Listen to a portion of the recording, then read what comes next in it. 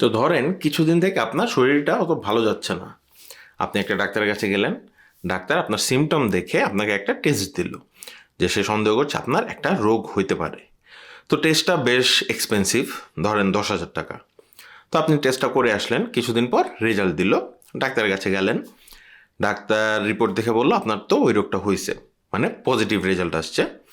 তো এটা বেশ রেয়ার একটা অসুখ, প্রতি 1,000 জনে একজনের হয়ে থাকে। তো আপনি কি ট্রিটমেন্ট শুরু করে দেবেন? তো ফুল ট্রিটমেন্ট করতে 1,00,000 টাকা লাগবে, নাকি আরেকটা টেস্ট করবেন শিওর হওয়ার জন্য অন্য কোনো জায়গার থেকে? তো আপনি তখন ডাক্তারে জিজ্ঞেস করলেন যে আপনার এই টেস্টটার অ্যাকিউরেসি কীরকম, মানে এটার সেন্সিটিভিটি কেমন? ডাক্তার বললো 99%। মানে যত টেস্ট হয় 99% মানুষকে এটা সঠিকভাবে আইডেন্টিফাই করতে পারে রোগীকে, আর 1% সময় এটা ফলস অ্যালার্ম দেয়। ফলস অ্যালার্ম মানে হচ্ছে যে কারো হয় নাই কিন্তু তারও পজিটিভ রেজাল্ট আসে। তো এখন আপনি চিন্তা করতেছেন আমি কি এটা আরেকটা টেস্ট করব, নাকি 1,00,000 টাকা দিয়ে আমার ট্রিটমেন্ট শুরু করে দিব? তো আপনি যদি প্রবাবিলিটির একটা কনসেপ্ট বেজিয়ান থিওরেম এটা জানেন, তাহলে আপনি অবশ্যই আরেকটা টেস্ট করবেন। যদিও আপনার মনে হবে 99% অ্যাকুরেট টেস্ট, কিন্তু আপনি বেজিয়ান মেথডে হিসাব করে দেখলে দেখবেন আপনার রোগটা হওয়ার সম্ভাবনা তুলনামূলক বেশ কম। আজকে আমরা সেটাই দেখব।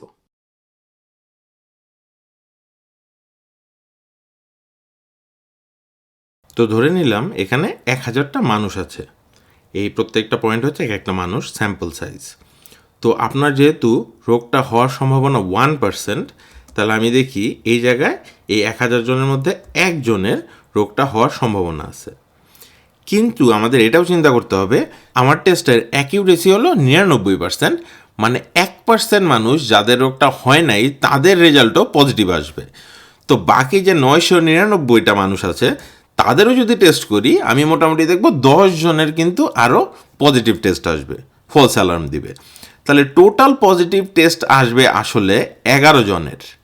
এই 11 জনের মধ্যে একজনের আমার আসল রোগটা হওয়ার সম্ভাবনা আছে।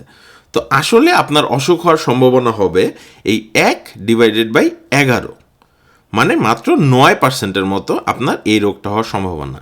যদিও আমার 99% অ্যাকুরেসি শুনে মনে হয় যে আমার 99% রোগটা হওয়ার সম্ভাবনা, কিন্তু আসলে যেহেতু 1,000 জনে মাত্র একজনের হওয়ার সম্ভাবনা, সেইটা চিন্তা করলে আমরা দেখা যায় যে আপনার অসুখটা হওয়ার সম্ভাবনা আছে 9%।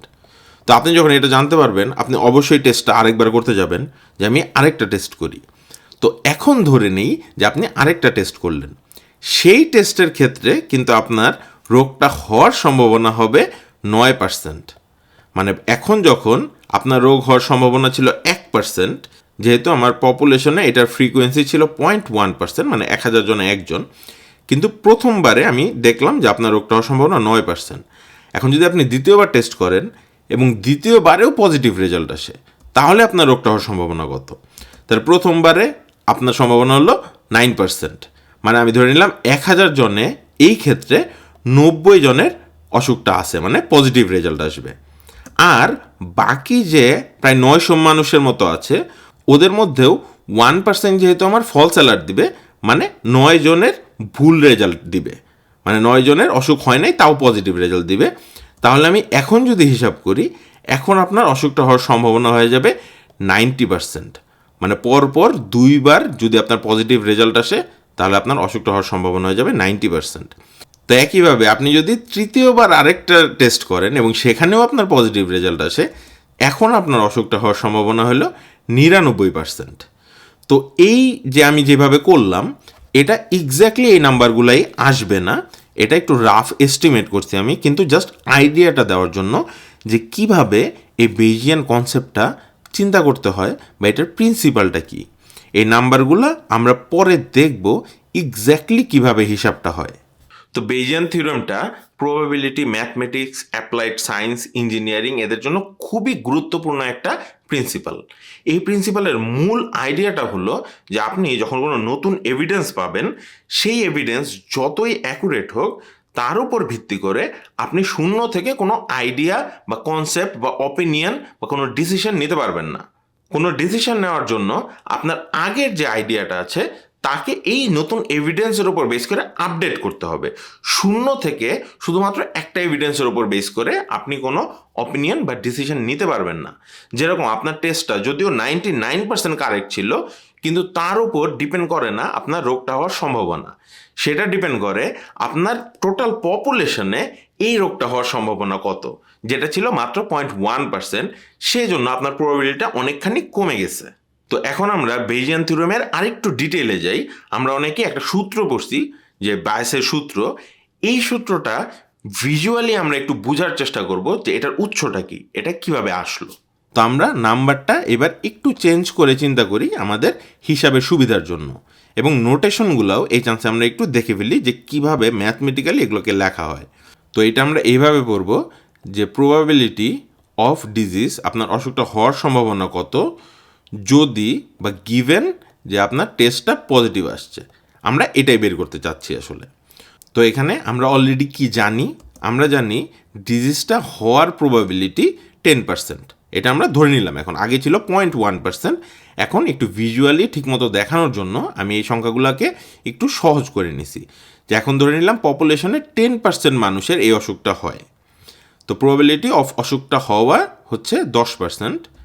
এরপরে পজিটিভ টেস্ট রেজাল্ট আসার সম্ভাবনা কত গিভেন যে আপনার ডিজিজটা হয়েছে, এটার সম্ভাবনা আমার দেওয়া আছে 95%। এটা আমি ধরে নিলাম যে এটা আমার টেস্টের অ্যাকিউরেসি।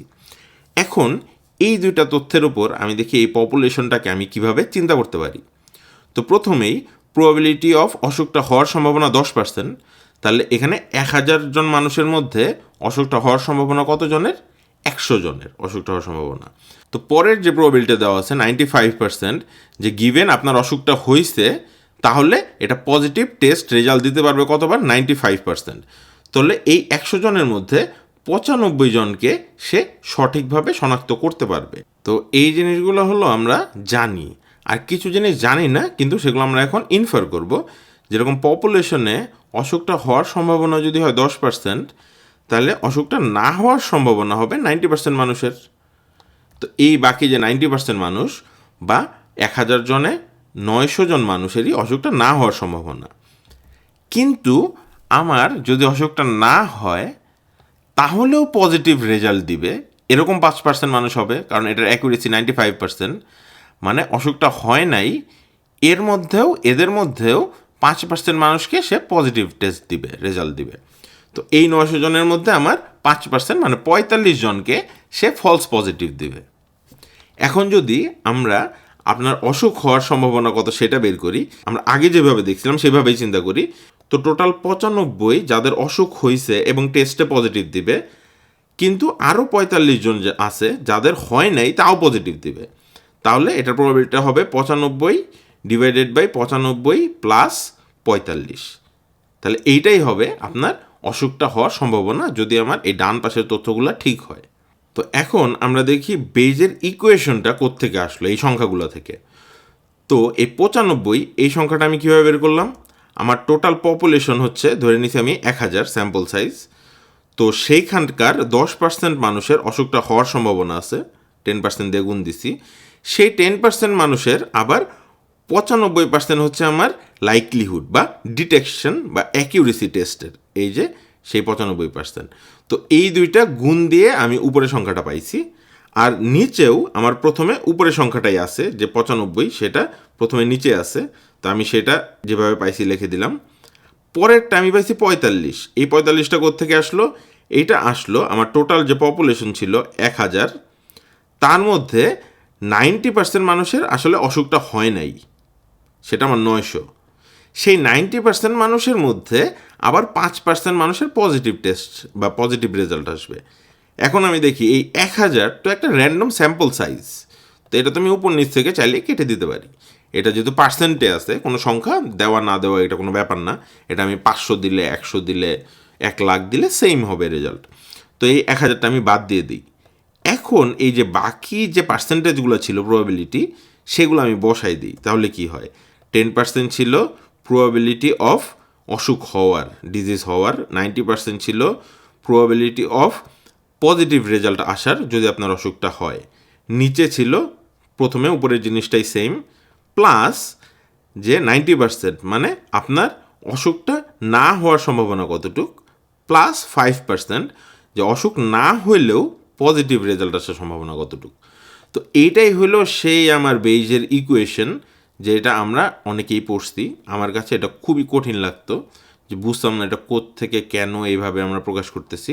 তো আজকে আমরা ভিজুয়ালি দেখলাম যে এই জিনিসটার পেছনের আইডিয়াটা কি, বা কীরকম একটা কমন সেন্স টাইপের জিনিস ব্যবহার করেই আমার আসলে এই বেইজিয়ান ইকুয়েশনটা ডেভেলপ করা হয়েছে। তো এই বেইজিয়ান থিওরেমের দুইটা কম্পোনেন্ট আমি একটু ছোটো করে বলে দিই। একটা হলো প্রবাবিলিটি অফ অসুখটা হওয়ার সম্ভাবনা, এটাকে আমরা বলি প্রায়র বা আগের ধারণা, এটাকে আমরা বলি আগের ধারণা। আর এইটা হলো পোস্টেরিয়র, মানে পরে আমি যেটা পেলাম হিসাব করার পর। তো অনেক সময় দেখা যায় এই আগের ধারণাটা ডেভেলপ করাই সবচেয়ে কঠিন হয়ে যায় আমি যখন এই বেইজিয়ান থিওরেমটা ব্যবহার করতে চাই। তো এই শেপগুলো দিয়েই আমি আসলে বেইজিয়ান থিওরেমের পোস্টেরিয়রটা বের করতে পারি। এই প্রবাবিলিটি সংখ্যাগুলো যখন চেঞ্জ হবে, আমার প্রবাবিলিটি প্রায়র এবং এই লাইকলিহুড এগুলো চেঞ্জ হতে থাকবে, সেই হিসেবে আমার পোস্টেরিয়র প্রবাবিলিটিও চেঞ্জ হবে। তো আশা করি আগে যারা বেইজিয়ান মেথডটা জানতেন তাদের জন্য এই ভিডিওটা এই প্রিন্সিপালটাকে একটু নতুন করে দেখার বা বুঝার একটা সুযোগ করে দিল। আর যারা জানতেন না তারা ম্যাথমেটিক্সের খুব গুরুত্বপূর্ণ একটা কনসেপ্টও জেনে গেলেন। কেমন লাগলো কমেন্টে জানাবেন। Thank you.